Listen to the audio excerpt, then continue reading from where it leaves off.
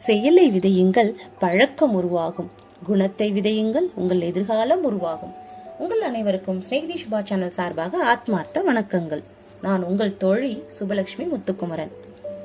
இன்னைக்கு ஒரு மரியாதை ராமன் கதை. இந்த கதையில அவர் எப்படி தீர்ப்பு சொல்றாருன்னு பார்க்கலாம் வாங்க. யாரால நஷ்டம், அதுதான் இந்த கதையோட பேரு. 4 வியாபாரிங்க சேர்ந்து பஞ்சு மூட்டை வியாபாரம் பண்ண ஆரம்பிச்சாங்க. அவங்க பஞ்சு கடையில எலியோட தொல்லை ரொம்ப அதிகமா இருந்தது. அந்த எலியை சமாளிக்கிறதுக்கு ஒரு பூனை வாங்கினாங்க. அந்த பூனைய ரொம்ப செல்லமா வளர்த்துட்டு வந்தாங்க. அந்த பூனை மேல எல்லாரும் பாசத்தை ரொம்ப பொழிஞ்சிட்டு வந்தாங்க. இப்படி சண்டை வந்ததுனால, அதாவது அந்த பூனையை பாத்துக்கிறதுக்கு ஒருத்தருக்கு ஒருத்தர் சண்டை வந்துருச்சு. வந்ததுனால அவங்க எல்லாம் முடிவு பண்ணாங்க, ஆளுக்கு ஒரு காலா பிரிச்சுக்கலாம் அப்படின்ட்டு. அதாவது ஒவ்வொரு வியாபாரிக்கும் ஒவ்வொரு காலு, அந்த காலை அவங்க பாத்துக்கணும். ஒவ்வொரு கால்லையும் தனக்கு பிடிச்ச மணிகளையும் தண்டையையும் கொலுசையும் கட்டி அழகு பார்த்தாங்க அந்த வியாபாரிங்க. நாட்கள் இப்படி நகர்ந்துட்டு வந்தது. ஒரு நாள் அந்த பூனைக்கு அந்த காலில் போட்டிருக்க பாரம் தாங்க முடியாம ஒரு காலில் புண்ணு வந்துருச்சு. அந்த புண்ணோட காயம் கொஞ்சம் அதிகமா இருந்ததுனால அந்த காலுக்குரிய சொந்தக்கார வியாபாரி என்ன பண்ணாருன்னா, என்ன நினைச்ச ஒரு துணியை எடுத்து அந்த காலில் கட்டி விட்டாரு. அவருக்கு அந்த கால் சீக்கிரம் குணமாகணும்னு ரொம்ப விருப்பம். இப்படி போயிட்டு இருக்கும்போது அந்த பூனை அந்த காயம்பட்ட காலை ஊன முடியாம மற்ற 3 காலோட உதவியால நடந்துட்டு வந்தது. அது பஞ்சு மூட்டைக்கு நடுவில் நடக்கும்போது ஒரு நாள் அடுப்பு கிட்ட போயிடுச்சு. அடுப்பு கிட்ட போகும்போது அந்த எண்ணெய் துணியில தீ பத்திக்கிச்சு. அந்த தீயோட சூடு தாங்க முடியாம பூனை இங்கும் அங்கும் ஓடும்போது எல்லா பஞ்சு மூட்டையிலையும் ஏறி ஏறி ஏறி ஓடுச்சு. அப்படி ஓடினதுனால பஞ்சு மூட்டை எல்லாம் எரிஞ்சு சாம்பலா போச்சு. இதனால பெருத்த நஷ்டம் ஆயிடுச்சு. 4 வியாபாரியும் அதை பார்த்து ரொம்ப வருத்தப்பட்டாங்க. அதுல 3 வியாபாரிகள் அந்த இன்னொரு வியாபாரி மேல வழக்கு தொடர முடிவு பண்ணாங்க. ஏன்னா அந்த வியாபாரி அவரோட காலில் எண்ணெய் துணியை கட்டினதுனாலதான் அதுல தீப்பிடிச்சு பூனை எல்லா பக்கமும் ஓடி பஞ்சு மூட்டை எரிஞ்சு சாம்பலாயிடுச்சு.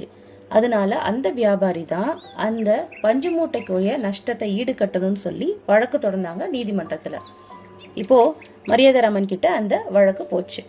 மரியாதை ராமன் 3 வியாபாரிகளோட கருத்தையும் இந்த வியாபாரியோட கருத்தையும் கேட்டு ரொம்ப சிரிச்சு பார்த்தாரு.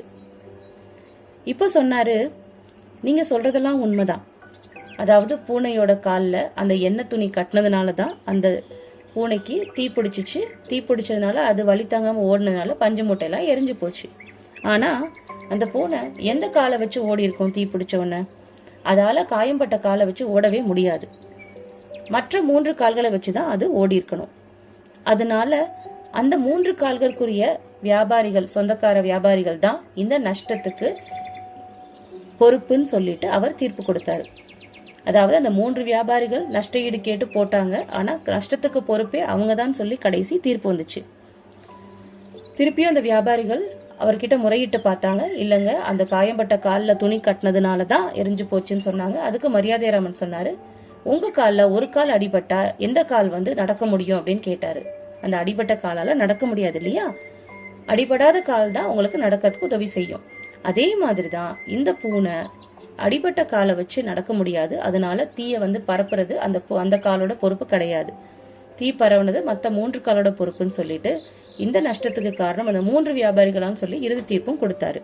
இதை கேட்ட அந்த 3 வியாபாரிகள் ரொம்ப வருத்தப்பட்டு வழக்கு மன்றத்திலிருந்து வெளியே போயிட்டாங்க. உண்மைதானங்க, ஒரு நஷ்டம் வரும்போது அதுல நஷ்டத்தை எப்படி ஈடுகட்டணும்னு பார்க்கணுமே தவிர ஒருத்தரை மட்டும் பழி போட்டு அந்த நஷ்டத்துல இருந்து தப்பிக்கலாம்னு முடிவு பண்ணக்கூடாது. அப்படி முடிவு பண்ணதுனாலதான் மரியாதை ராமன் நியாயத்து பக்கத்தை பேசணும்னு சொல்லிட்டு அந்த காயம்பட்ட வியாபாரி, அதாவது காயம்பட்ட காலுக்கு சொந்தக்காரான வியாபாரிக்கு நியாயம் வாங்கி கொடுத்தாரு. லாபத்துல மட்டும்தான் பங்கு வரணும், நஷ்டம் வந்தா நம்ம தப்பிச்சிடணும்னு நினைக்கிற வியாபாரிங்களுக்கு இது ஒரு நல்ல பாடம். இந்த கதை உங்களுக்கு பிடிச்சிருந்தா லைக் பண்ணுங்க, ஷேர் பண்ணுங்க, மறக்காம ஸ்நேகிதி சுபா சேனலை சப்ஸ்கிரைப் பண்ணுங்க. உங்கள்கிட்ட இருந்து விடைபெறுறது உங்கள் தோழி சுபலட்சுமி முத்துக்குமரன். வணக்கம், வாழ்க வளமுடன், ஆத்ம நமஸ்தே, ஹரே கிருஷ்ணா, வெற்றி உமதே.